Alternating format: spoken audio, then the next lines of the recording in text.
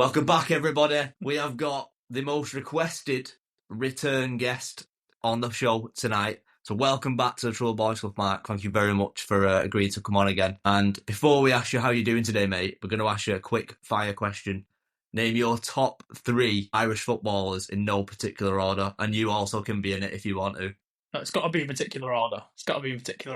Particular order, I would say my third favourite would be Robbie Keane. That would be my third favourite. My second favourite would be Paul McGrath, centre back.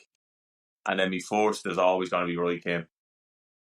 We did predict. We predicted 2 out of 3. We said Roy and Robbie, and then I was scrolling down the list, and I was like, yeah, shit. And then I was like, oh, yeah, shit, George Best. And then he was like, John O'Shea. I was John O'Shea, of course. And then I was like, oh, Damien Duff. Like, there's just so many legends. I seen a proper funny story about Damien Duff the other day. Can't remember it's on Talksport, but they was saying that he's not like the. Do you know him, by the way? Before no, like I've never come across him. I've never met him, but like I've heard of things about him. To be. It said something like he's not the sharpest tool in the box, and I think he got a new car when he joined Chelsea. And then he went to Halfords and he got like a personalised plate that said like Duff 11 on the reg or something. And this person was like, fucking hell, I bet that cost you quite a lot, didn't it? And he was like, nah, it's a £5 from Halfords. And there was like, you can't just fucking buy a reg from Halfords to stick it on your car. Well, I don't know how true it is, but I seen it anyway and I was like, fucking well good. Damien Duff, what a footballer he was. Yeah, unreal left foot, man.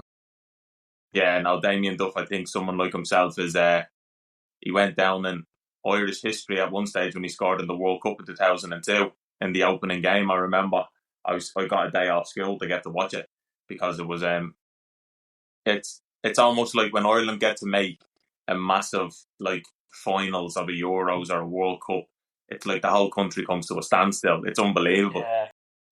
So like getting time off school like literally was like the highlight of that summer. Like Ireland made it to the quarter final of the World Cup that year. No way. And that in itself, like, was just mad. I always remember they got beaten by Spain in the quarterfinals. I remember Mendieta scored the winning penalty. I'll remember the day I was in my neighbour's house, and we were there watching it. It went to a penalty shootout. Ireland missed a penalty in open play, and then they scored a penalty. So they scored one and missed one, all in open play. Could have won the game, got to the semi-final, but it was a good time to be Irish around that time. That's mad. I never knew that. Was that the year when England went out to Brazil in the semis? Yeah, it actually might have been, yeah. Yeah, because I remember we didn't get it off school, but we got to watch it in school. And it's in like primary school, and they put it on like the projector, and was all sat there. And sure, we got beat 2-1. I think it's where Ronaldinho lobbed David Seaman, that free kick. Yeah. I think it was that year, yeah. It's mad. I didn't know that Ireland got to the quarter, and you could have beat them as well if you'd scored the pen. But yeah, that's mad. Is it Damien Duff that scored the pen that went in? No, it was. I think Robbie Keane scored it, or it might have been Ian Hart that scored the winning. That scored the pen that got him the equaliser and went to penalties. But Damien Duff scored. I think it was in the second game against South Korea. I think it was in the group stage, and I remember that one because it was like the famous celebration where he was like this standing in front of the crowd. Yeah, it was a good one. Like that's mint. Yeah, sorry, we digress, but we digress. But no, Mark, you're becoming quite a beacon of hope in this little industry that we've got going on here. And like we were saying before we started record, like your approach to it all has not changed at all. Like you're very open, you're very honest, you're very encouraging of people to sort of talk and sort of not try and switch off like noises in their head, because that's just impossible to do, to keep your head quiet. So I wanted to ask, like, since you've been on the podcast last, which was in October 2024, we've seen that you've been doing a lot of like grassroots stuff, a lot of charity events, and I believe now you're doing some like keynote speaker stuff.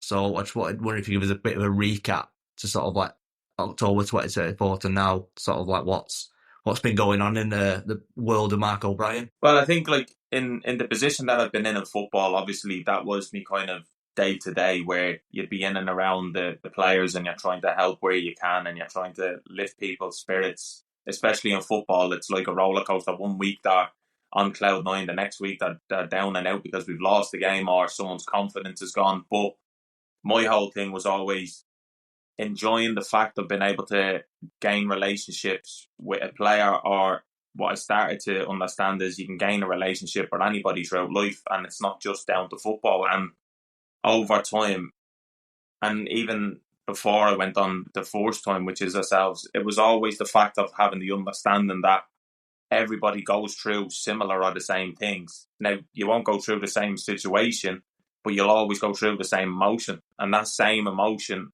across board is something that a lot of people don't speak of, because all you sit and do is compare the situation. So what mine, I always say, is open heart surgery. Someone else's can be something total opposite to that, and they will never want to speak to me because they think I don't understand open heart surgery. I would never speak to them because I don't understand what their situation is. But when you actually sit and mutually talk about the emotion that you feel, whether it's depression, anxieties, panic attacks, feeling low, or can't find the motivation, and on all these different things, that it just made me think, well, do you know what? Like, I'll make me life an example, and it'll put purpose on what has happened to me to make me feel as though it all happened for a reason. So through it all, it's like, well, you may as well be open and honest about it, because you're not going to be the first person or the last person that's ever felt it.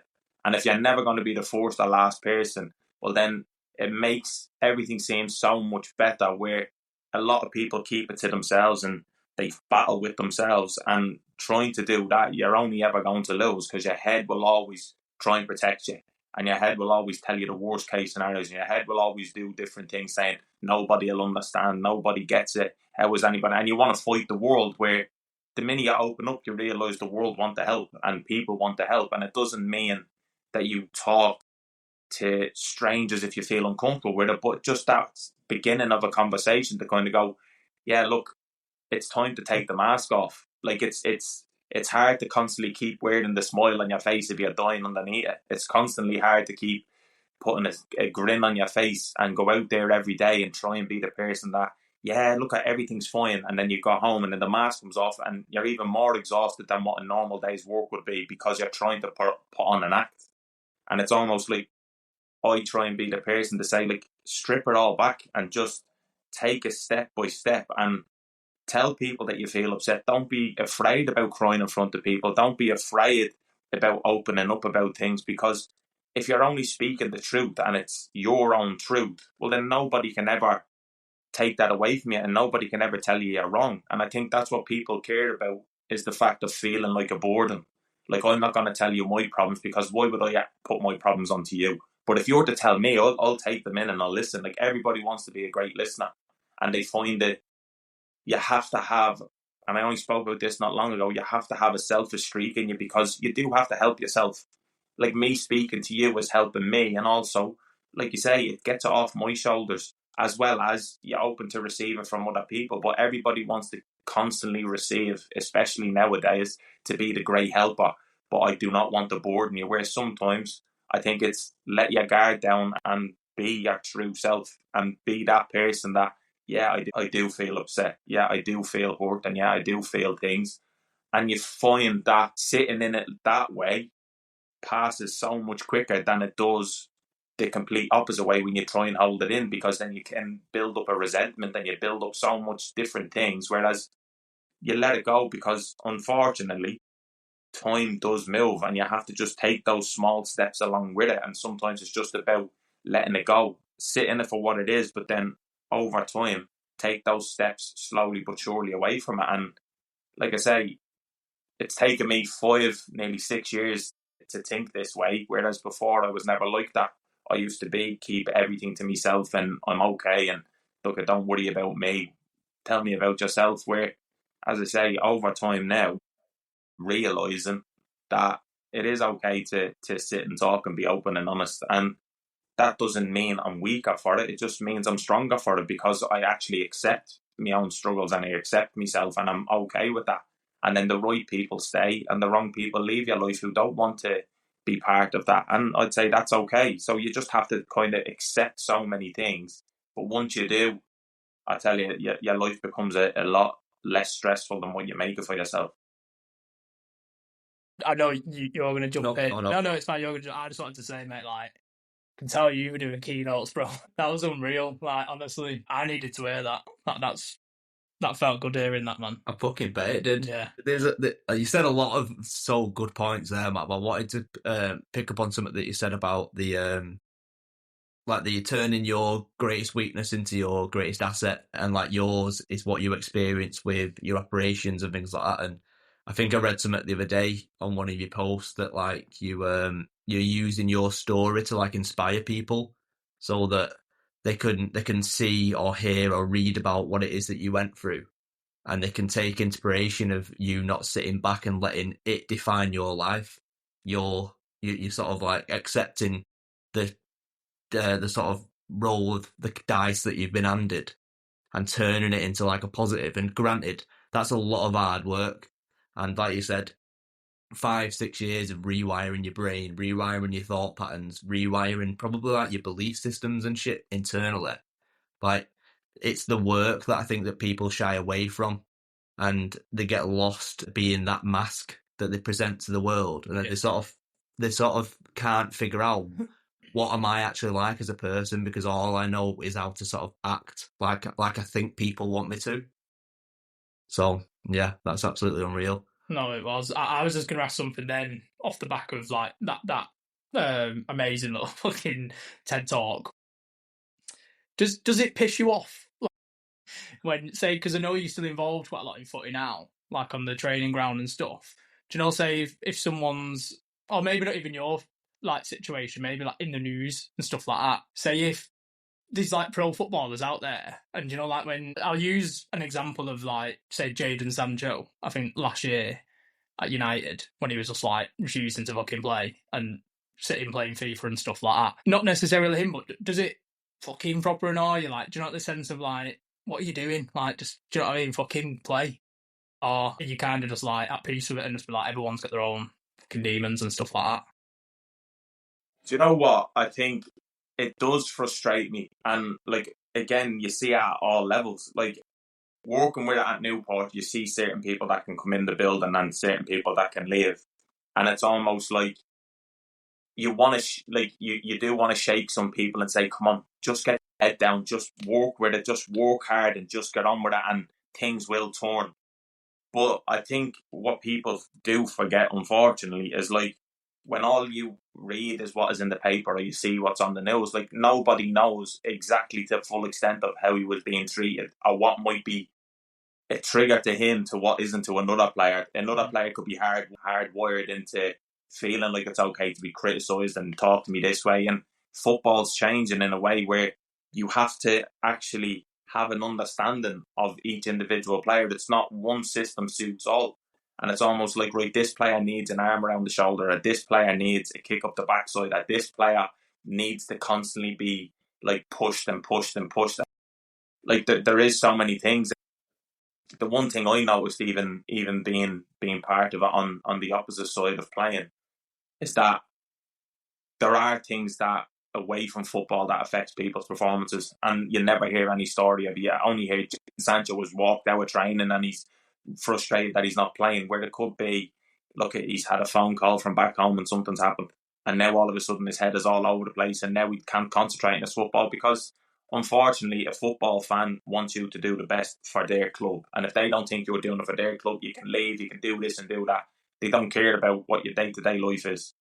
Whereas people in football, that is starting to change, where your day-to-day life, again, you see so many top footballers that anybody talk about, it's mentality more than anything that makes you successful in football, because you are going to hit the great highs of winning things, you are going to hit the massive lows of injuries and all of this. But if your mentality is strong, where you don't take on opinion of what fans and newspapers and all this can say, then, but sometimes, unfortunately, footballers are humans, that everybody has their breaking point. Everybody has their threshold to kind of go, enough's enough. I've put up with it for a couple of months, and now today you've caught me on a bad day, and then that gets blown up, and then newspapers get hold of it, and like you say, there's like a snowball effect for it all. So I think it does frustrate me at times, because of sometimes you go, you've so much talent. Like, what is it that is turning you away from football, or what is it that's making you feel this way? And sometimes, I was told this before only a few years ago, is it makes you actually sit and realise that there's no coincidence that a player like him can go to a complete different environment and be one of the best players in a team. And then you think we're so Jadon Sancho amazing, but maybe just the environment doesn't suit him. And the way they deal with things doesn't suit him, so he doesn't suit that particular place. Go somewhere else, he could end up being the best player, which then football fans look at it and go, well, how was he doing that for them and not doing that for us? He mustn't have cared he was at us. It was maybe just the fact of there's so many other things that just don't align with him at that club, that another club fits him much better. And it's the same with a certain coach. You see certain players over their career would always follow one manager around. Harry Redknapp with Crouches, the Defoes and all stuff like that, you'd follow the manager around. Because you know that under this manager, I play my best football, so wherever he goes, and it's not about the club, it's not about the fan base, it's literally just going, where do I feel happier, comfortable, a manager that likes me, a manager that wants me. And that's all a player ever wants to feel. Just like anybody in their workplace is, am I somewhere where I feel valued? Am I somewhere where I feel as though I'm loved? Am I somewhere where I feel wanted? And if you feel all them things, your football is second nature, where you go, yeah, I'll go out and play me football. I know people love me at. Whereas if you're constantly fighting for that love or constantly fighting for that as well as trying to get your form, sometimes it just doesn't happen. Yeah, so I was just going to say 100%. I think, like you said, then one person that I always think of in terms of like so admirable is Harry Maguire, like in that sense, purely because he's had so much shit, like been in the spotlight, had the captaincy took off him, and everyone always says like for ages, everyone said, oh, what him out with United and this, that, and the other, and the fact that, like you said, it's very much like a mindset and mentality thing, and the fact that he's always stayed professional, he's not been like, like a dickhead on Twitter or anything like that, and he just kept his head down. And I myself have had like not issues in the past, but being a United fan, I fucking constantly have issues like watching them and supporting them. But I proper grown to really, really respect and like Harry Maguire based off his attitude more than anything. Do you know what I mean? But yeah, I think it's mad. Like, it feels like such a catch-22 in the modern kind of world, because like you say, like back in the day, like in the Sir Alex days, and even like Mourinho at like Chelsea and all that kind of stuff, it felt like they could like, treat the footballers different. But I suppose they weren't like a lot of like media and stuff around. Whereas now there's all the social media, everyone's kind of a bit more like just in touch with their own feelings, and like you said, they won't get fucking spoken to like a piece of shit. Like they might, boot off or get told you can go here, there, or everywhere. And it's one of them, innit? It's like being a footballer, you just wish like you just didn't have social media. But then it's like you also need it though as well. Like for like brand deals and all that kind of stuff. So it's quite horrible. Is it Rodri who doesn't have social media? Yeah. He's got no tattoos. He lives in student accommodation. He donates half his salary to like either hospitals or some charities, like without fail every month. Well, that might have been like a while ago, whereas now he's like Ballon d'Or and won. He's still in student digs. Really? With his missus, yeah. No way. I remember seeing a business degree as well. I remember seeing something once that N'Golo Kante drove like a little Mini or something like that. Yeah. It's like could have had any car he wanted. I think it's only at Chelsea. But that's what I always think the same things. It's like there are so many things that like contribute to a player being successful or not being successful. But I think if you're able to take elements from every single kind of era of football, that is like the perfect mixture. Like, unfortunately, footballers do need toughness. They do need it, because a football fan will never change. Yeah. They do need that mental toughness of being able to kind of go, look, you are going to come under some scrutiny. You mess up, you do that, and you are going to be in a newspaper. You are going to get billed, and you are going to come up against it. So you do have to build some sort of mental resilience in younger players, because unfortunately nowadays a lot of younger players get everything handed to them. Whereas me coming through, like, it didn't affect me, but you had to clean boots, you had to be on match day duties, you had to clean your changing rooms, you had to make everything spotless, you had to clean all the boot troughs. Like, you had jobs, responsibilities, and then your way to get away from that was, look, you go play for the first team and you make something of yourself, and then another youth team will be doing that for you. And that was your kind of step up to kind of go, I've actually done well here. But yeah, you earned the first teamers' respect. You weren't on the same level playing field. Where I think nowadays, because there isn't that level of, let's say, being able to show them what it takes to be a professional, they just think, I've made it. I'm under 18s, I've signed a professional contract, I've made it. It's kind of like, well, you haven't made it just yet. Like, now you have to go, this is just the beginning. Now all of a sudden, now you have to last year after year after year, especially with people that are going to play ahead of you, and also know that there's going to be younger kids that are going to want to come and take your spot. So how do you deal with that pressure? How do you deal with the pressure of an away day when you're playing in an away stadium and you're getting pelted from the stand for 90 minutes straight? How do you deal with that? How do you deal if you make a mistake in the first 5 minutes and you lost the game? Myself, how do you get back from getting sent off at Wembley in the 89th minute in a playoff final? Like, these are things that unfortunately you can't teach a kid it, but you can almost install the mental side to it to kind of go, look at, you have to be strong in your head. And that's not saying that everybody doesn't have a threshold, but it's almost like you've got to push them to that threshold in-house, that anything outside will be irrelevant to them. So there has to be elements of old school types of football, as well as, like you say, now all of a sudden, but when they do hit that threshold, it's not put them to the side, next player in. It's like, okay, deal with that threshold. And that's what is kind of, I think, getting better in football, but not amazing still, because there's still players that don't want to speak because they feel as though it's going to affect a manager's decision on if I play or if I don't play. There's ways that managers still want to deal with things that I don't believe are 100% right. Whereas it's almost like, right now, it's about give the player that care that he kind of deserves. Like, he's not a robot. I get football's a business and it's getting treated very business-like, but players are not robots. Like, when they try and make a player feel like a robot, where it's like, you must do this, you have to do that.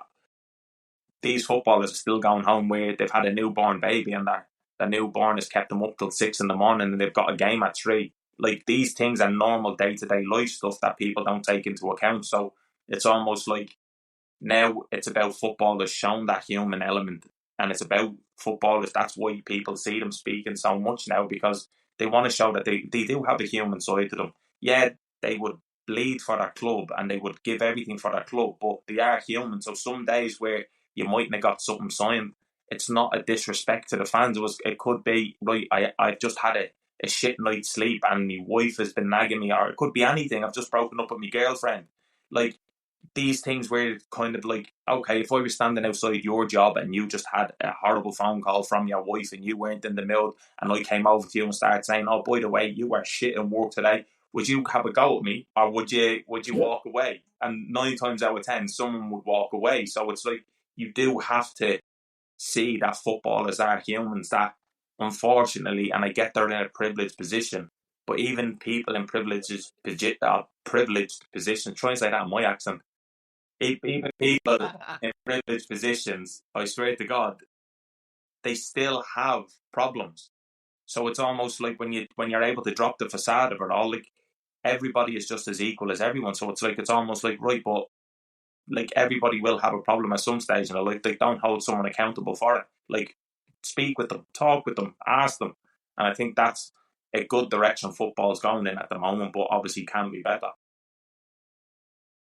I don't think the media do it justice, because they still sort of like glamorise the lifestyle of footballers, and they get pictured coming into training in the Lambos and all that shit. And I just think there's a major like sort of like gap in that by from the media, especially when it comes to like people making like mistakes in football games. Pundits go in on them and things like that, and proper highlight like how they could have done this better, that better, or whatever.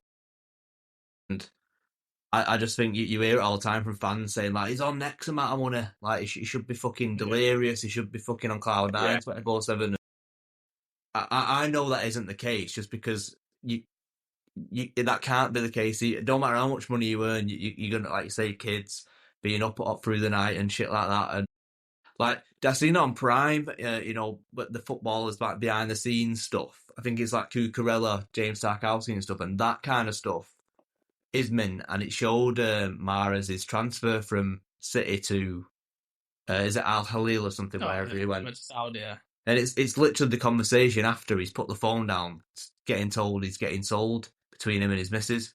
No way. And he just goes, Like, I'm not going to do his accent or anything like that, but he was like, yeah, we're... Cancelled territory, that, mate.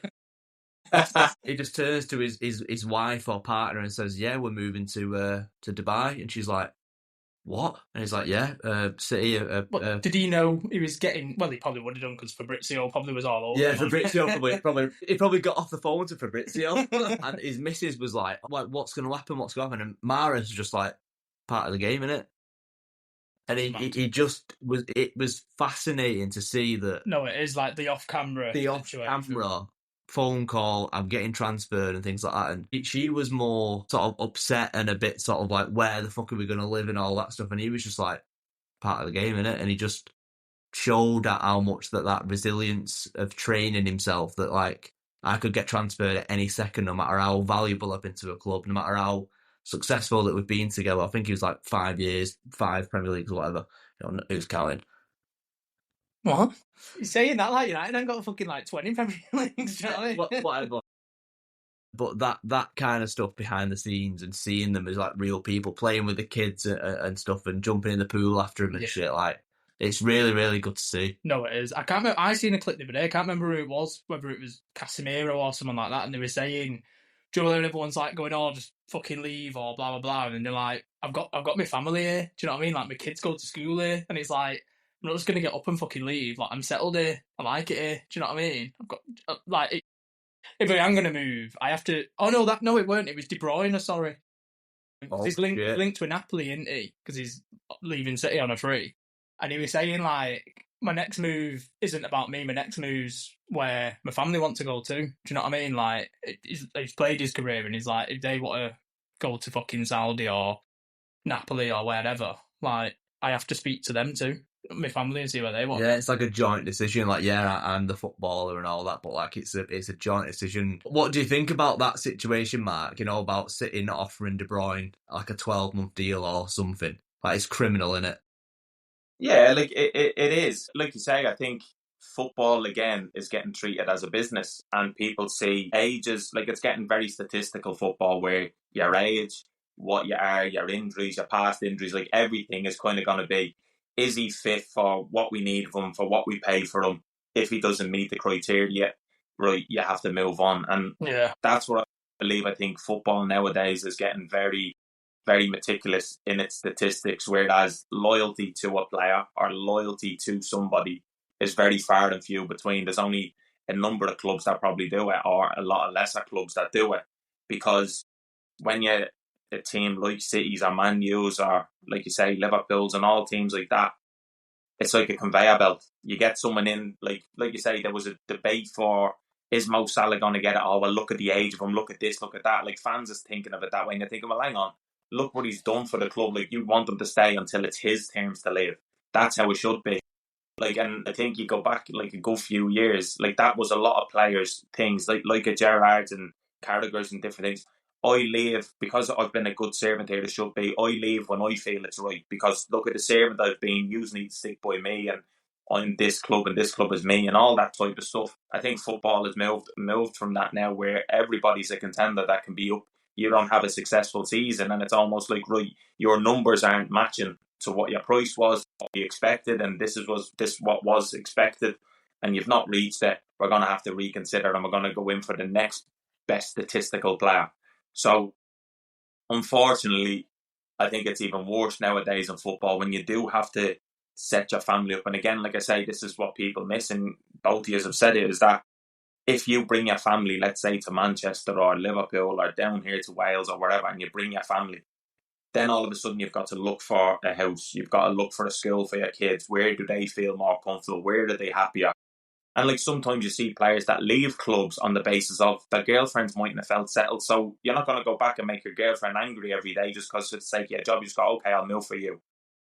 That is sometimes when people go, oh, I wonder why he's moved on. It's like, well, they just couldn't settle. My family couldn't settle. So look, I love the club, but I have to go. And they're the things that, like you say, are the human elements. And I think because football is turning so business-like, you forget that side of it, where, right, even if you want the player out, you almost have to like look at the human side of it and go, right, but then that means he has to pick up all of his family, where he has 1 kid, 2 kids, 3 kids, a wife. his mum, dad, anybody could have flown over. And it's like, right, so where are we off to next? And as a footballer, you have to take all of that on your shoulders, go back, break the news to your family, and then all of a sudden sit and maybe get it in the air one way and try and figure things out. And I guess footballers, like at the higher level, probably have people who can advise them and set everything up for them for when they move, which makes it a little bit easier. But I talk that this is all levels. This is going from Championship to League One, League Two. But we get, and what I always said is that when people hear that I was a footballer, I might have played Championship and League Two and different things, but we still have the same expectations on our shoulders to what a Premier League player does, but we don't get the same wages. We don't get the same cover. We don't get the same advisors. We don't get all of that because a lot of it costs a lot of money. So when you talk to a League Two player, right, the same situation has happened. A team in, let's say, Newcastle, they want to get rid of you. And then you have to go, right, well, there's a team all the way down south that want me. Right, so now I have to travel 7 hours, pick up my life. Like, it was similar to myself when I was at Luton. And like, thankfully, like, didn't have a partner, like, didn't have any of that. And I was able to just get up and leave. But I was in Luton on a Tuesday night, met up with Graham Wesley to come to Newport. And then by the Thursday, I had to pack up all my stuff and be down in Newport on a Thursday night for training on a Friday for a game Saturday. And that was my whole life changed just like that. And that was a 3-4 hour journey in the space of 2 days. Now, imagine if I had a family, kids, everything, and you have to just get up and move like that. It's almost like, it's hard to think of. And I had to live in a hotel for 6 months because there was no accommodations. Like, there was so much. But that's the reality of the sport that you're in, and you do it because you love it. Like, and you do it for hopefully getting to that one stage of being able to play in the Premier League and get that life-changing sum of money. But people that are lower down in the leagues, you play it because you love it, and you play on it for the dream of doing that, and you play on it for the dream of being able to do that, and that's what keeps you in the game. But you still have to deal with all the same situations, which is why, as I say, football turning very business-like. It's almost like the lower down you go, you have to bring the human element even more into it than you do with a Premier League player, because the finances are totally different. Yeah, that's mad. Is yeah, fucking, I don't know what to say off the back of that. I thought you were going to jump straight in and be like, on the FFP. FFP. I was going to, but because of the business side of it, and Yeah. it does look like it's ruining the entertainment of the game and things like that. But I'll let you take this one because you rattled off some fucking good stuff before. Yeah, well, we were chatting earlier about it. And like you said, the FFP does feel like it's kind of like ruining the game. And I was going to say earlier on when we mentioned about the De Bruyne thing, and I was going to say, like, I feel like it does, like you said as well, Matt, like, they take everything into consideration, don't they, at the moment? And there's been like loads of it on podcasts at the minute, which I've seen, where they're saying it's kind of ruining the game or the financial side of it. And like you just said then about lower leagues, it's not even, it just feels a lot different, doesn't it? Like, to the Premier League, and like you said, you feel the more rawness in the lower leagues, that they are like playing more for passion and all that kind of stuff. But yeah, in terms of like the stats that I've seen, it was actually on the overlap, so I'm absolutely swiping it from there. But they was talking about it and saying like it's just ruining the game, like even how everything is just a financial decision, everything's got to be like FFP compliant, and the whole 3 up 3 down shit that you're seeing at the minute, you know, like teams coming up from the Championship into the Premier League and they can't sustain like staying in the Premier League. And probably segues a little bit onto another point of the whole way football is now, like the whole tiki-taka fucking, you know, coaching moments out of footballers. And I think it was actually Jill Scott was saying that when she was at City, they coach the players not to like take that extra touch and shoot, you know, like from outside the box, and if they do, they'll get bollocked. And it's like, you've got to do that extra pass, and it's like, and then, you know, you're getting players coming through now, like at Barca, you've got Lamine Yamal, and it's like, he's like one of the rawest talents I think we've had in football in such a long time. Isn't it, mate? If we're being honest, probably since. No, but it just feels like we don't get that anymore. Do you know, where footballers do just fucking like when Ronaldo joined United when he was from Sporting, and like you've just got players fucking, do you know what I mean, with their moments, and it's just, yeah, it feels a lot different now. Like, especially being a fan for like over 20 years and stuff, like, it just feels so different, especially to mention it again, being a United fan, it's fucking horrible at the moment, like with all like the financial side of it, and like everything's taken into consideration. And there was talks the other day, like if United was to win the Europa League, they weren't going to do like any celebrations and just going to have a barbecue and stuff like that. And it's just fucking mental. But yeah. The thing is, I could rant so many days about this, about football, the way it's going, because I can't be bothered watching Premier League. I can't, because everything, it's like you're watching the same game with just different teams. Yeah. It's like, play out your 6-yard box, play out to your 18-yard box, play into your midfield, recycle it all the way back around again. And I get there's a certain, like when people talk about that risk to reward, the reason why you want to play from the back is to suck players on to then play over. But it's like you say, you don't get that rawness of a player anymore. You don't get that, look at your Ronaldinho.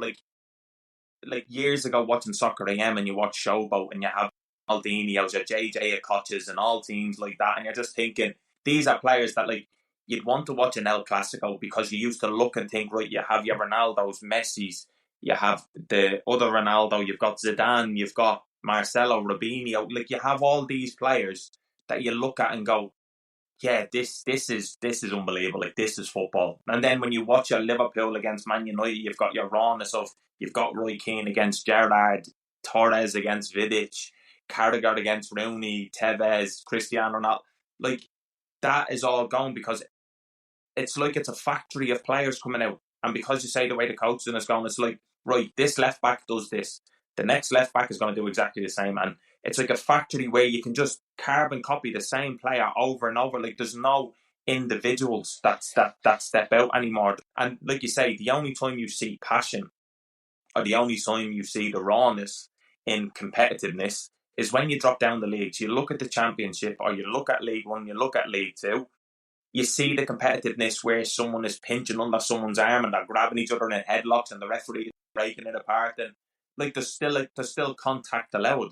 There's not right off the ball stuff. Like it's kind of, you can play the dark arts of football, like the actual dark arts of where, look, my man's not getting the better than me. Look, you might give him an off the field or an off the ball little jab into the side, or you might have a little like chirp back and forward between each other. But it was football. And I think the more that you watch it, and the more that, like, even when I had the opportunity of playing in League Two, you enjoy it so much more, because it's only then when we got to play against Tottenham at Wembley. I remember I came on like last 20 minutes. But like I remember, like I'm trying to mark someone in the box, and I think it was Dele Alli at the time. And I'm marking him in the box, and as I hold onto his shirt, he just goes to me, well, you want to be careful holding my shirt, VAR's on tonight. And it's almost like it automatically it makes you let go, because you're just thinking, oh shit, because now that they could bring that back, it's a penalty 20 minutes after like I've done something. It's even the same as the Nottingham Forest player who went into the goalpost. Almost like that rule in itself, where it's not an offside straight away, let the play develop and then call it back. It was only going to be a matter of time before someone gets seriously injured because with no whistle, you're going to chase back, you're going to make a last-ditch tackle, you're going to lunge at something that all he has to do is put a flag up and it prevents everything.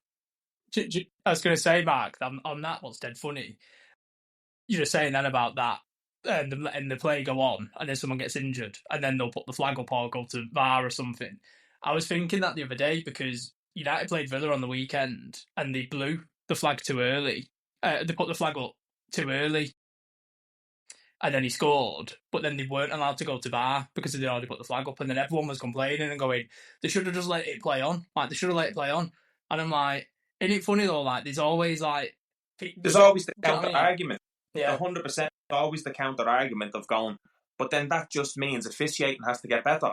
Yeah, like 100%. That be all and end overall. Officiating has to get better because they have the help of technology. I feel, by looking at it, they're very lazy on what they do. So like they might be on it a little bit, and that fitness could be better because of certain things. But I look at it and go, well, it's easy to keep a flag down because, you know, VAR will get me out of it. It's easy not to be in the right position because of a foul. VAR will get me out of it. Whereas before, a referee has to be in the right position. And sometimes the exciting part of football is missing that slight offside chance, is missing. And I know, again, people speak about it, and I think I've seen it on the overlap as well, where they talk about VAR is amazing because of financial. It's all financial, because if there's that one goal line decision or one offside that could get a team relegated and lose them millions to promotions and win the millions or go into a Champions League spot and all that, I said, like, if that's the way you're viewing football now, you're viewing it for all the wrong reasons. Like, viewing it as the basis of going, well, look at, because of that one decision, it's after making us X amount of million. Yeah, brilliant. But imagine the scenes that you see in stands and stuff like that, a last minute winner and everybody top off, people in jumping on top of each other, and all of a sudden whistle goes, bring it back to VAR, it's disallowed. Like, that in itself is like a heartbreak. Whereas sometimes it's like, live in those moments, like those moments of football, even if it might be the wrong decision, live in that moment. And the only time that, like, as I say, you get to live in those moments is when you go into the lower leagues, when you don't have the technology and you don't have all of that. You kind of get the rough and ready decisions, and I would say some really, really bad decisions. But then that's why it gives the fans something to have a go at, and it creates that atmosphere and it gets that buzz. And like you say, it's old school football trying to be modern. And I just don't believe football is heading in a way where individuals are allowed anymore, like you say, because it's getting coached out of them. It's getting coached out of them where it's very strategic and it's very, we're doing this is how we do it, and this is the reason why, and it's, we're playing there, we're playing there, we're playing there, playing there, and it's all very, again, I'll go back to it and say it's all very robotic. Like, there's no individual say, right, when I get it, I'm going to take this player on, I'm going to, like, no tricks, there's no flicks, there's no, like, off the cuff type things. It's literally just, we're going to keep, and we're going to play very, like you say, keep the ball, and we're going to play very possession based. But then when we lose it, we're going to stay very rigid, and then the next team are going to do that against us.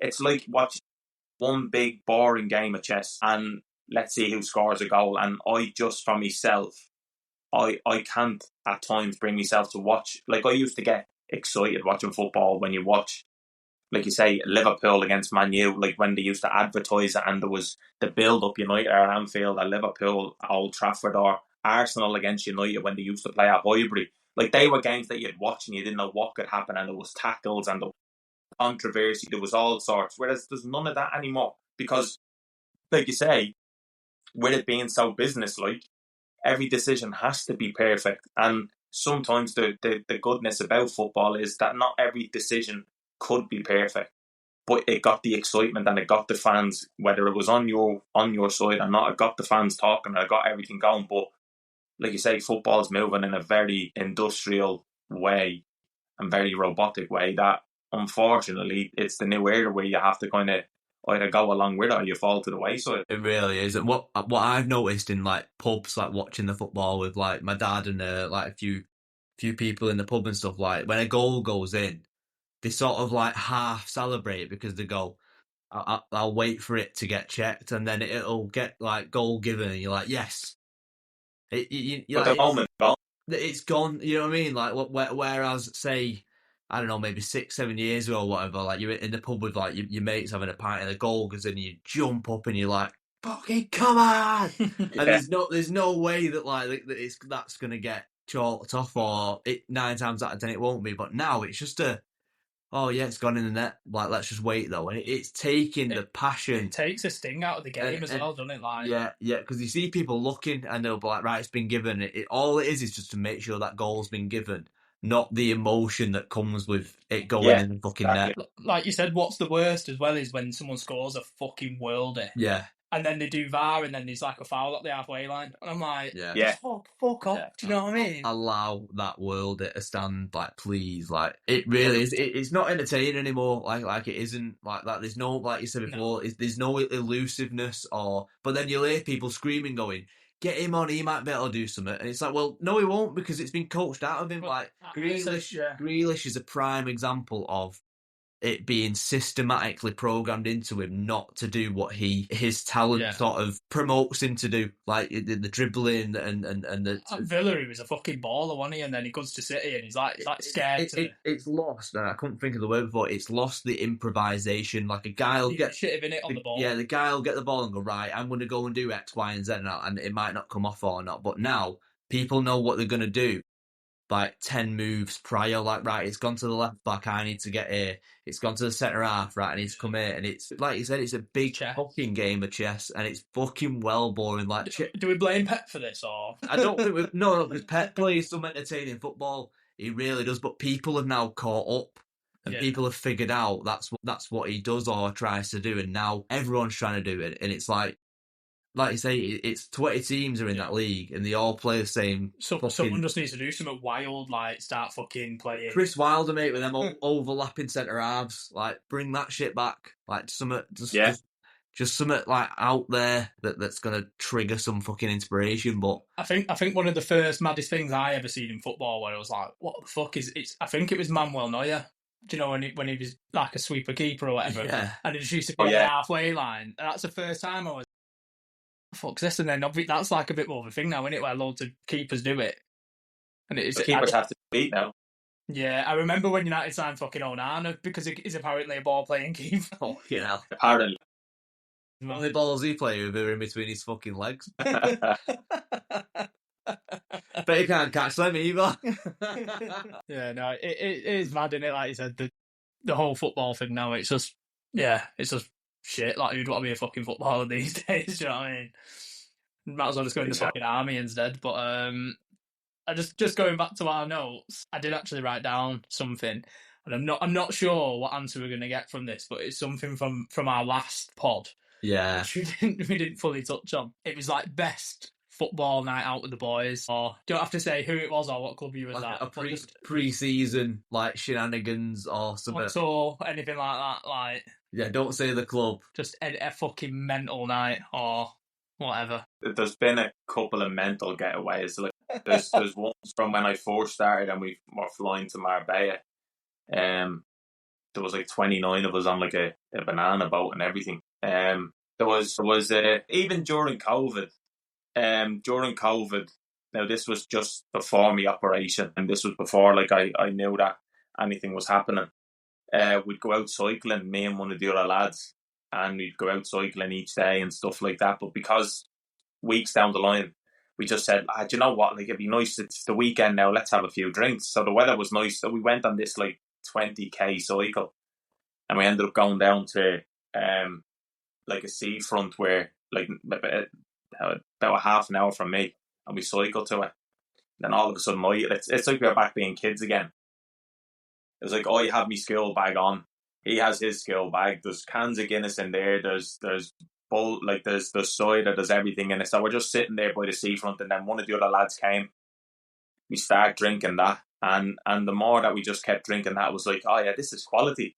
And I remember he told me, he was like, I need to get home. Like, the missus is going to be taking the little one out. I've got to get home. I was like, come on, we'll finish all of these and then we'll cycle back. And then before we know it, we start down in drinks, and then we started to cycle back. So, like, we kind of misunderstood the fact that when you cycle there, you're going to have to cycle back. So we're, like, say, half pissed. And I remember, like, I think I even called it in my book, it's like the magical bike ride. Because, like, we were going down these country lanes, and, like, we were like going in and out like this, and then he was trying to show me a trick that they do in the Tour de France, where when someone gets tired, the fella comes in and he holds onto the saddle and he pushes them along with him until he gains his feet back again. So he tries to pull in alongside me to grab me seat and push me, going, wait, you see this? This is what I learned. All of a sudden, his front handlebars twist. He goes over. I get pushed into the side bush. Both of us got up laughing. So then, again, we carried on cycling back to his. And then when we got back to his, I remember this little one was there, and then we just sat and we had a bit of a laugh. We started drinking again in his flat. His missus came out, started drinking with us. And I remember it got to around like 7 o'clock, and I was like, I said, I've got to go. And he's like, you can't cycle home. I was like, no, I've got to go.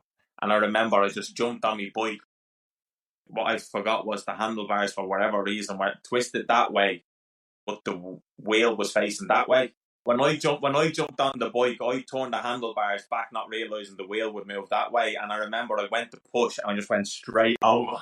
But like, this was all just during COVID, and I ended up getting back, and I woke up at like 4 a.m, not knowing how I got back with my helmet and all still on while I was laying in bed. Fucking helmet. Yeah, I still had the helmet and everything on. But as in nights out, there was Christmas deals when we flew over to Dublin. Yeah, just mad ones. Like lads flipping down off cars, people like opening up one side of the car door to climb through the other side and walk out the other way. Like there's just loads of mad shit that used to go on. But that cycle was probably one of the maddest cycles I've ever been on, because I don't remember half of it. No way. That sounds mint. Makes me want to get a bike and go on a fucking bike ride now. I know, yeah. Did you say you've got a book, Mark? Have you wrote a book? Yeah, I wrote a book. It'd be about 3 years ago now. It's like literally everything that I went through, like the career and the actual life story itself, like with the 2 open heart surgeries. The book's called A Game of Two Hearts. Wow, what a fucking clever title. So I ended up doing that, and again, it's just my whole career in a book, and then it's everything that I went through, I'd say, like from when I retired to the open heart surgery to struggling with loads of things, the behind the scenes of it all basically, and just the stuff that I'd done to try and get back on my own 2 feet. And as I said, for someone to read that and people to connect with it whatever way they want to connect to it, it's almost like, even though it is a footballer's book, and I've always said it is a footballer's book, but it's a book of just a footballer's life. Yeah. And it has all my games that I played in and all them different things, but it's almost like the moving away from home element, dealing with open heart surgeries, dealing with depression and dealing with anxieties. And it's a book that you can relate, that you be able to read and relate to for yourself, and be able to look at it and go, Jesus, well, again, the whole example thing of going, well, look how well he's doing now. Like, that's amazing. Like, I'm so happy for him. But he's gone through all of them things, and you look at him standing there, like, I've had it off a lot of people that would say to me, I can't believe you've had 2 open heart surgeries. You don't look like you've had 2 open heart surgeries. And I was like, but then that should just go and show to anybody that you don't have to look a certain way to feel I've gone through things. It's almost like, look, you can look like how you do on the outside, but they don't know what's happened unless you have the conversation. So when people read that or have the conversation, they start actually then going, Jesus, so this all happened and you can still be this like smiley, happy, positive person. I was like, well, yeah, because now all of a sudden I've chosen to. And that's what I wanted the book to be, in people to look at and go, well, do you know what? If he can do it, so can I. And that is literally it. So anyone who ever wanted to pick it up, like it's on Amazon, and I've got copies here and different things that people ever wanted to reach out. Let's check it out. We're checking it out. Have you narrated it, Mark? Like, you know, for the audible version, have you like transcribed it? No, like literally, it is just in a book. Like, I've had people say to me that they wouldn't be able to understand an audio book, but now, in all fairness, it was something that, like, because I've kept a couple of copies, just because, as I said, it's been something for myself to have, but also if somebody picked it up, and I've had people that have mentioned to me wanting it to, oh, well, that sounds like it could be a movie, your life sounds like it could be this, and your life could be that, and it could be even on Netflix. And with all of them things, I'm just like, well, look, if that is something that can inspire somebody to make something of it, to help other people and do that, well then, as I said, like, I'm more than happy and open for things like that. And they're things for me that makes it, like I say, for myself, feel worthwhile, that it wasn't just I went through it and now I just need to suffer because of it. It's almost like I went through it for this next reason, to try and help people. It goes back to what you were saying at the start.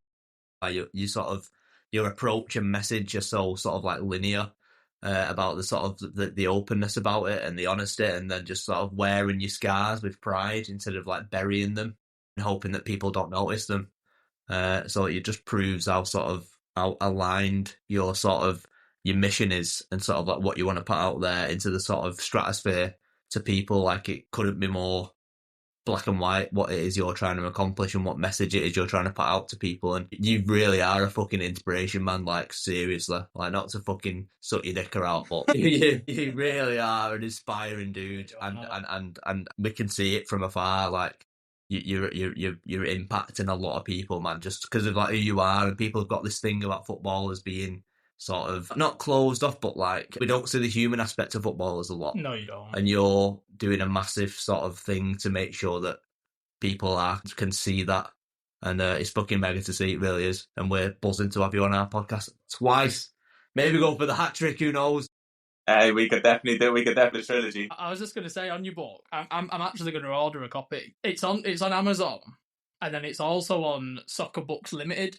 And the one on Soccer Books Limited, it says that it's signed. So have you just like signed a shitload of books and like they've got it all?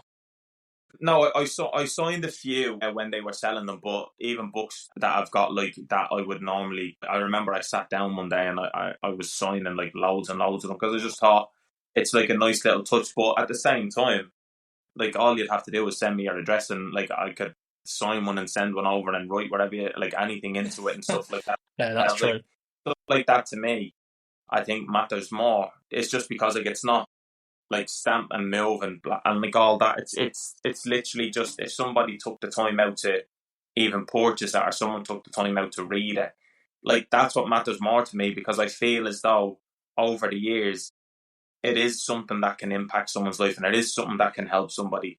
And I've had a lot of people say it to me, like, look, if I never had people say it to me, I wouldn't have done it because I would have just sat with it and thought, well, this is my life. Like, look, you get on with things and that is just it. And the only reason why I made myself comfortable with speaking about it because I was always caught in that loop of always saying everything's okay. And I used to do it when I football. I played it down for so long when I was in football about, oh, so you had open heart surgery when you were 16, but is everything all right now? I'd have to say, yeah, or else you think a manager will hold that against you or you're never going to play again. So you'd have to go, yeah, no, everything's grand. Like, look, I'm totally fine with all of that. Like, it's fine.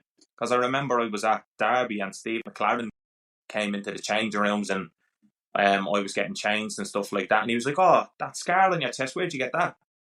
And I goes, oh, I had open heart surgery when I was 16. And he goes, oh, no way, is everything all right now? And I was like, yeah. And then I spoke with the physio going, I hope you told him, like, and I seen it as, I hope you told him that he might give me an opportunity because of it, like, to see that I'm doing really well and I've had this surgery. And he goes, no, he said I never mentioned it to him because he said, I don't want people to hold that against you.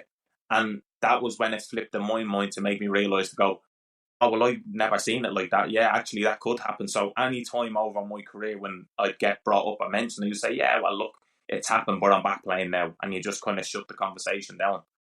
So when you become accustomed to it, like the second time it happens, it's, yeah, I'll be fine. Everything's all right. Like I never spoke about the nights when I'm just petrified laying in bed and I'm crying. And like now when you do just be open and honest about it, it's almost like, yeah, like it is a scary thing. And yeah, things are going to frighten me. And it was something where, unfortunately, I did have to contemplate and think, Jesus, I could actually die here. Like, because I've had doctors say it to me. Now, that's not saying it because you go, oh, what people would look at it, especially away from it, they look at it and go, oh, well, look at him looking for the pat on the back and look at him looking for this and looking for the sympathy. It's kind of going, well, no, I'm just telling you the truth of a doctor sat with me and said I had 24 hours to live.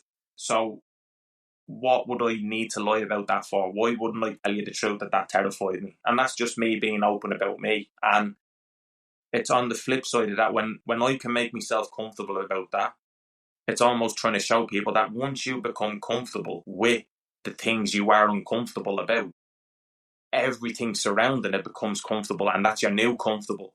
And then when that becomes your new comfortable, you don't see it as a horrible bad thing.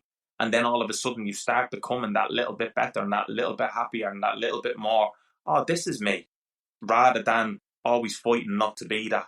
Because you're always going, oh, well, I can't say that and I'll hide away and I don't want to do this. So with all of those little small things, like I was always told, and I live by it now, and the fact of, like, if something feels uncomfortable to you, it's because it's needing you to get comfortable with it. Like anything that you would have started from, use with a podcast, that people going into a new job or whatever, you first go in and you're uncomfortable, it's unfamiliar, like, and everything's a bit like, oh, do I say this, do I do that? And then after a while, because you have to do it, you get comfortable in your surroundings and you get comfortable in your job and you know where the toilets are and you know where the desk is and you know everybody in the building. So it's almost like you do that with your own life.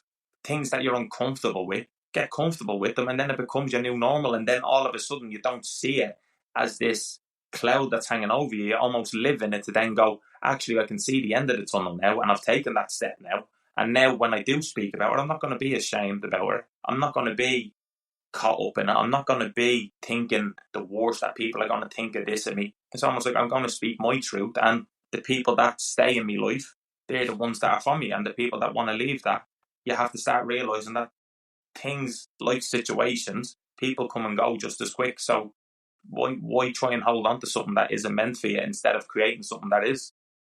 Unreal. I could listen to you talk for hours. Honestly, it's fucking so good. That mentality is ridiculous, but it's people might see it and just go like, oh, it's like natural to you and stuff. But like, you must have had to batter yourself into the ground to become. I can genuinely be open and honest about it and go, when people have listened to me speak in front of them or even talk to me, they go, are you always this positive? And I'm like, well, no, it's taken me 5-6 years to kind of be this way, because after my operation, I never wanted to even leave my apartment. I didn't want to get out of bed. I didn't want to go to sleep. I didn't want to do anything. I'd be phoning doctors every 3 days. I'd be texting our club doctor every 4 days. Like, I was so opposite of everything. And then when I actually used to sit and people would ask me, how are you getting on? Yeah, I've went out and walked today and I've done this and done that. So I'd speak to people on the days that I was good. And then people won't hear it off me for about 2-3 weeks on the days that I'm feeling shit and terrible. And then in those days, and then the conversation that I started 2 weeks ago, I'll pick up 2 weeks later like nothing ever happened. And people would then pull me up on it and go, Mark, where have you been the last 2 weeks? I go, well, what do you mean? Like, I'm replying to you. Oh, I've just had loads going on. And I never, ever wanted to speak about it. And it just got to the point now where if I'm having a shit day, people will know I'm having a shit day. But then that still doesn't mean I don't see the silver lining in the day. It just means, oh, well, I'm going to allow myself to have that day. But I'm not going to let it go into 2, 3, 4, 5 days and let it be a week and 2 weeks and do stuff like that. But like you say, I think a lot of the mentality started when I was 16. A stronger mentality of being able to never give up type mentality, getting told I'd never play football again at 16 and then carrying on and the injuries and different things and the setbacks with managers. But then this operation taught me like a discipline in life that I never thought that I would have needed, and it taught me empathy and understanding of more people than I ever thought I'd have, just because everybody thinks they have an idea of what depression is and anxieties and PTSD and past traumas and all these different things. Like, everybody thinks they have it. And sometimes you can have a certain understanding, but it's finding that understanding and just sitting and listening to somebody. Sitting and asking somebody, how are you feeling today? And not just taking a forced answer of going, yeah, I feel great. And it's almost like, well, do you really? Like, is that something? Like, if it's somebody that, like, you're aware of what the mood changes are. Like, it's about just making yourself aware that, like, it's like, well, just because I'm having a great day doesn't mean everybody has to have one, and now I'm going to get pissed off if everybody's annoyed around me. It's like, well, sit and have the conversation with someone and go, is everything all right? And if somebody offloads to you, well, then listen to them and have an understanding of why they are how they are. Don't just judge a person. So I always live by now that my life will never be perfect, and I don't think anybody's life will be. But everybody can make the conscious effort of just being a decent enough human, a good person. And being a good person can get it right sometimes, you can get it wrong sometimes. But if your conscious choice of being that, I think you'll get it right more than you'll get it wrong. Of course, you will, yeah. People who strive for perfection are going to lead a very unhappy life, aren't they? Well, you've been quiet, mate. I've been quiet. No, just in the last 10-15 minutes, you're just taking it all in. Yeah, Mark just fucking does such a good job of, like, going on tangent. Honestly, Don't interrupt or chime in. The podcast stream. No, I know, but yeah, 100%, mate. Like, I obviously fully agree with everything that you say. Yeah, I think what you just said then about the striving for perfection and stuff like that, like, yeah, I've just loved having you back on, mate. It's been fucking unreal. I thought of one quote while you was going on your inspirational rant, and it was like, "How do you beat a man that won't quit?" Yeah, and you know what? Can't beat a guy who won't quit. I genuinely don't believe that you can beat someone who's not willing to quit, because not willing to quit doesn't mean that you're going to rip everything apart. It just means that you're just willing to still take those, even if they're the smallest of steps forward. And I always, like with most of the posts that I do, I'll always keep putting in the fact of always just have a self-belief. Like, I always believe everything comes from a self-belief where if you exhaust every last avenue that you possibly can and stuff that you never thought would work, and you just give it a go and just exhaust it, there's always going to be something that will just sit with the right person and will just sit with you and go, actually, this is something for me. Now, you might have never have thought it before.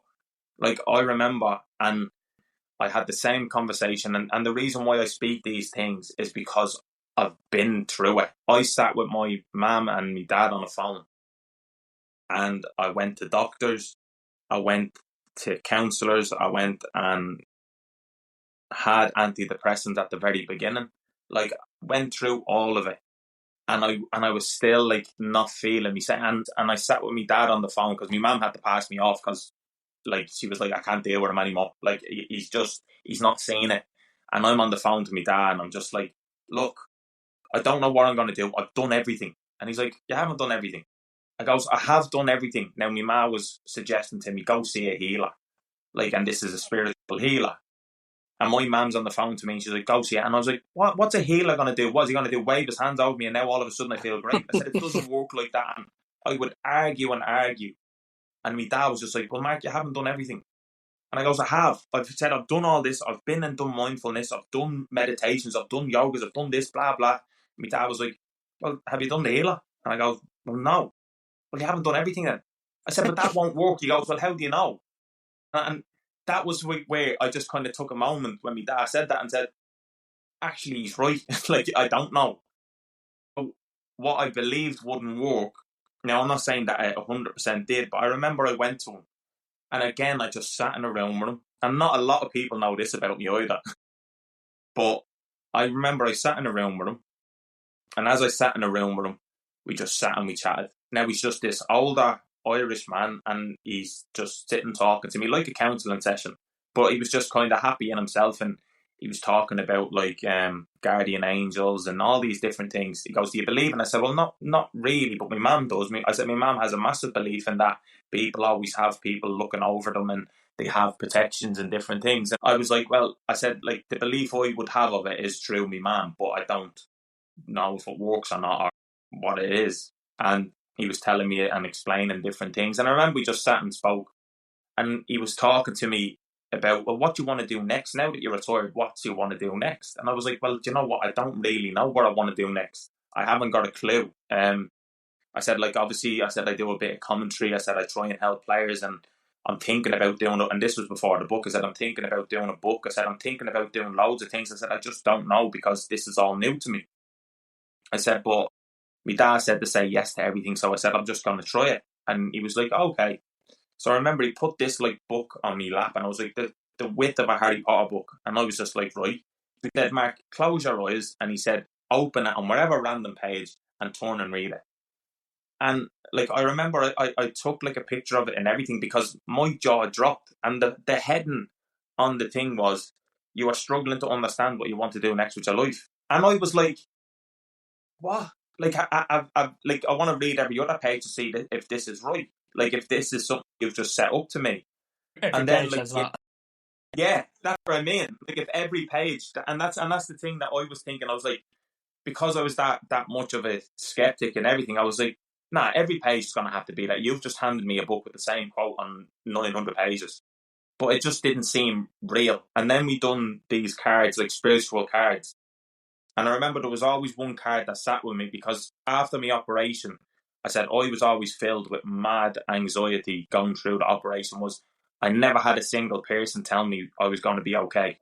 Like, I never had a doctor saying, Mark, everything's going to be all right. Don't worry yourself. It was always, well, Mark, this could go wrong and that could be and this could happen. And there was no one that would just ever be there because during COVID, no family are in the building with me. So you almost had to listen to doctors. I remember one of the cards that got flipped over was, Mark, the worst of your pain is over. You've been well looked after. Everything will be okay. And that was one of the cards out of 10 random cards that I shuffled and I'd done it all myself thinking I'm going to catch you out and I'm going to like, basically I was like a poker dealer trying to shuffle the cards and everything that's saying, you don't have these in the right order. So but when that one card came up, it's kind of like, it stuck with me a little bit to kind of go, like, everything is going to be okay. And I said, I don't know whether that was just me having a change of a belief system there and then to kind of go, well, my belief system now is someone is overlooking me. So it gave me that little bit of a confidence to kind of go, things are going to be okay. I don't have to sit and worry anymore because someone else is worrying for me. And that in itself, where I don't know if it was that, I don't know if it is that, but it was something that gave me that little bit of a light switch moment to kind of go, everything actually will be okay. And I remember I went back to see him again only last year, because it's been a few years since I seen him, and he was like, Mark, you're like a different person. And I was like, I don't know what happened. I said, I don't know how things were. And he was like, Mark, but he said, just everything around you. He said, like, I can see it by your face. And he said, your energy around you. He said, everything was just, he said, you seem like in a much better place. And he said, the difference is, and he goes, well, what are you doing with your life now? And I explained it all. And he said, do you know what? He said, I don't know why, but he said, I have a feeling that like a level of you helping people is going to go a long way. Like there's something big that's going to be around the corner for you and all these things.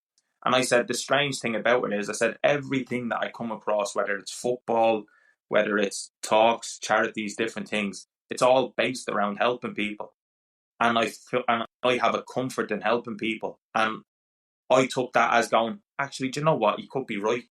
And that all came off being open-minded about exhausting every avenue, which is why before I started the tangent was basically saying, like, the open-mindedness of going, exhaust every avenue. Stuff that you might find so alien that you don't believe in, try it. Because it might be that one thing that make you just go, actually, that could be all right. And that could just unlock a little thing to get you on that path going back to where you want to be. And the one thing I always stick strong on is always saying to people, when people always talk about in a sad place, I just want to go back and be the person I was before. It's like, well, you'll never, ever, ever go back and be the person you were. But you can always be a stronger, better person than that person was before. And that is the difference, where you're not trying to go back being something that you once were, because nobody can ever go back, and it's accepting that. But it's actually putting the stuff in place to go, but you know, when I become a better, stronger person, I'm going to have a much better understanding of me as a person, which I didn't have back then. So that means I'm going to be a better version now than what I was before. So never think about going back and trying to relive something. It's almost like, right, be excited about what you can create going forward rather than trying to go back. And that is something that I live by now, to kind of go, well, the person I was before my operation, I always wanted to be a footballer, and I wanted to be so strong, and I wanted to be this amazing leader of a person. And I used to, after the operation and everything I was going through, thought, I want to go back to be that. I have to go back. And I remember I was told, you can never go back, Mark. And if you're going to fight with that in your head, you're always going to lose, because you will never go back to it.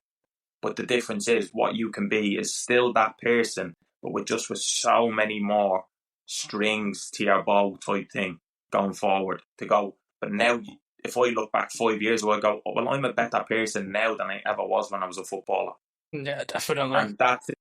And that to me matters more than looking at it going, I wish I was still Mark the footballer. Well, do you know what? I can't.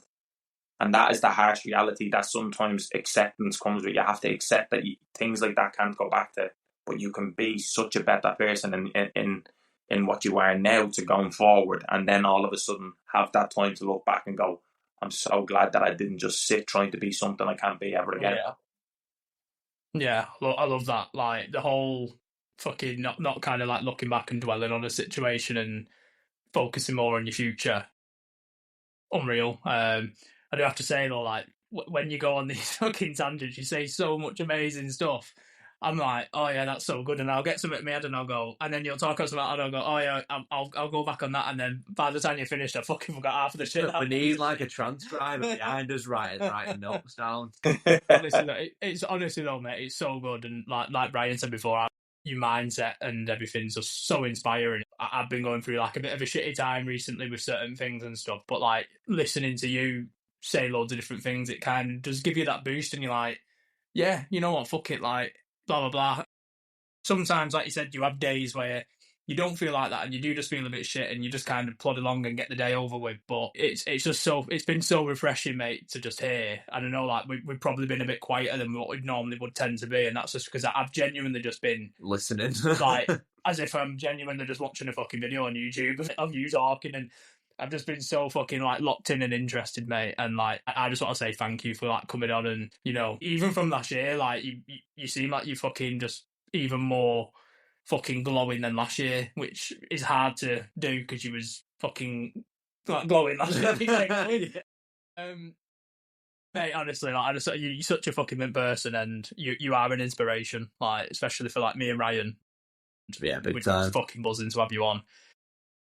And yeah, like that story you just told as well then was mega. I love like that you got that relationship with your mum and dad too, where you will just fucking, like you said, back your mum's head and be like, oh, I'm fucking feeling like this, and then your mum's getting annoyed at you and she's like, try this, and then your dad's like, you've not tried everything, and you're like, fucking have. Like you said, it's very much in that. It's one thing I always say about trying to feel comfortable in the uncomfortable situations, and I'll do it sometimes. Like I have this really bad thing where I'll try to fill a silence just because I feel uncomfortable in that silence, but yeah, in other times I won't. I'll sit there and I'll be like, I'm just gonna sit here like and just be fine. I'm gonna be fine. The fact that it's quiet and I feel like I don't need to say anything. And I'm that guy as well who always has to make a joke. Do you know, like in a situation, I'll always have to try and say something funny because I don't like them situations. But what you just said then, mate, like about trying shit that you never would have normally done, like that healing. Like I proper love that, and I'm gonna take that on board. Out of anything like that you've said in this whole part, I'm gonna take that on board, and I'm gonna start trying to do shit that I'd never normally do, and be like, fuck it might. Do you know what I mean? Because that healing thing, it feels like that changed your life in the sense of like if you didn't try that, like, you might still be pondering for. Do you know what I mean? Yeah, like the strange thing about everything on a whole is the fact of like that just opened my mind into ways of thinking. Right, if it gave me a different, slighter belief in going, all I needed to hear. And again, when you hear that you're going to be okay from your mom, from your dad, and from friends, it's kind of, you sit there and go, it's expected. But it's almost like when something else can shock you in a way of going, actually, this is just something so random that I've done. Now, if he picked the cards and was looking at a deck of cards and goes, oh, this one will suit him, then I would sit and go, well, this is a load of rubbish. It was the fact of he just handed me everything and said, Mark, shuffle them, take it from the top, middle, wherever, pick 10, any at random. And because I'd done it for myself, it made me sit and go, there's no other way it could have been done. And that means, and his ways of explaining it was like, well, you've been guided to pick that particular card for this particular time. Because when I went back to him a couple of years later, which was, I think it was last year, it was in that time, we'd done all the same stuff again, but I picked out different cards and I picked out different things about going, you're in a different space, and like I take pictures of them all the time. I'd be able to send them over to you and everything, where you'd see them and go, these are all things that I'm like, it just never made sense, but I didn't care. It didn't make sense because it felt okay to me and it felt right to me. I wasn't trying to go, oh, well, this is all phony and this is that, and pick it apart. The person I was before, where you pick everything apart and go, nah, there has to be something to this. Like watching a magic trick and go, there has to be a reason why it happened. Don't believe it. Like, rather than just being in awe of it and just actually going, nah, do you know what? This is helping me. And because it's helped me, like I said, other people don't have to believe it, and other people don't have to think that I'm trying to throw this madness at people. It's kind of like, but I believe in it, so I'm comfortable with believing in it, and I'm happy with believing it because it's made me feel better. And it's almost just to the point of going, well, I would have never known that if I never tried it. I could have sat and had a different belief system for different reasons, but then that's led me down to being more open-minded to, like you say, I've come in contact with people that do breath works and meditations and different ways of being that I just look at and go, oh, well, it interests me now. Like things that you'd look at and go, nah, not for me. Nah, that's not for me. Like, it's so easy to do. Yeah. It's like so easy to do. Whereas now I look at things where I go, oh, well, that'd be interesting. Look, I'd like to try that. Actually, Joe, I'd give that a go. Just because you just never know. Yeah, such a good way to live your life. It is, because it like, well, what are you gonna like lose if you just try something? Like you can say, yeah, that's for me, or no, it's not. But at least you tried it, because you never know until you open that door what it is that's gonna agree with you, and you not logically, but like your inner body is gonna agree with. Like logically, when you got them cards, you was like, oh, fucking no way. Because you were in control of the situation and the outcome. That must have shifted the belief system. Like, I just did that. Yeah. And there has to be a reason that I'm sort of like, you get comfortable realising that you're not in the driving seat of your life, you're in the passenger seat. Yeah.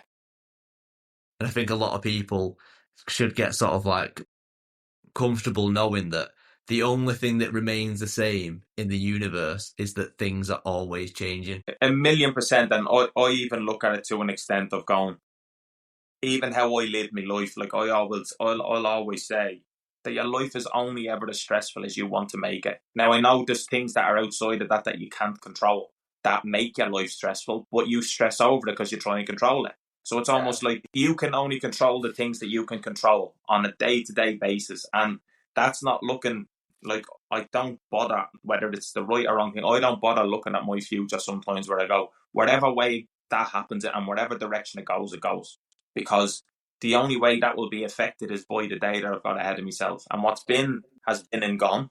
I can't go back and change something that's happened, or go to a certain place and go, I wish that never happened, and live in that way of going, oh, if I'd done that differently, well, look, it's been and happened.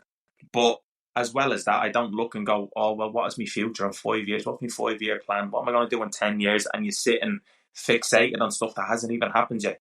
Like, I only literally, and because of the operation, I sit and look and go, well, all I've got is the day ahead of myself. The fact that I woke up this morning, there's the first plus of the day. And then everything else along with that is, well, it's in my control. If I want my day to look a certain way, or be a certain way, or feel a certain way, it's in my control to go, well, I want to see the positive side. I want to wake up and feel like a little bit of a better person. I want to go up and, do you know what, I'll do this today. Or if it's a day where you feel like absolutely rock bottom and you don't feel like anything, accept it and be happy with the choice that you've made, and go, well, I've made the choice to do nothing. I'm going to be happy with it. I'm not going to let people talk me over. I'm going to be happy with it. And then the next day comes, we'll try something different. But it's literally taking control and be happy with the choices that you make, because everything that you do is going to be a choice. So be happy with those choices, where people will go, I can't sit by myself, or I wish I could do that, and I wish I could do that. And it's almost like, well, why wish for them things? Where don't wish for it, because you can do it. If you want to take time out and have time to do nothing, make time for it and do it. Don't wish for it. And it's the same with constantly staying busy, and people need to constantly stay busy nowadays, and I need to be busy to distract me from me sitting by myself. And sometimes sitting by yourself is all that you actually need. Because and it's crazy. It's like everybody nowadays all will say, and like I've spoken to a lot of people before, where they go, you always seem like you're just so chilled and so laid back, and you're doing nothing today, and you're on your sofa and you're watching telly. Like, do you not get bored, or do you not get like agitated? And I say, no. Like, if that's not for you, it's not for you. But I said, I find comfort in it. I'm happy doing that. But I also then say, but why do you have to stay so busy? Mark, I just wish I could do what you do, but I just can't. And I'm like, well, don't just wish for it. Like, start making steps to doing it. Like, and sometimes people go, but it's not that simple. It's almost like, yeah, but obviously you've at some stage created a life of busyness through some sort of things that you've gone through in your past, to then be where you're at right now, that it's your new normal. So now all of a sudden, when that's your new normal, imagine what you can do with making another new normal. And just make that a new normal. That isn't going to be easy at the beginning, but the more you stay persistent with it, rather than using all the excuses of these distractions, make yourself more comfortable. Then all of a sudden, that's your new comfortable, and that's your new norm. Like, you can change and mold your life with a discipline and with a strategy and with a structure to whoever way you want it to be. But it's when you get so comfortable in that way of believing, I'm always just so busy. Well, why are you always so busy? Like, you almost sit and ask the simplest of questions to people, and they'll hit you with answers, and some people get offended, going, well, I just am. Like, your life's different to mine, and then they get angry, and it's like, well, I'm not saying that you have to be a certain way. What's up with the finger pointing? And our fucking internal, like, not arguments, but when he's like, I'm just busy as fuck, and I'm like, why?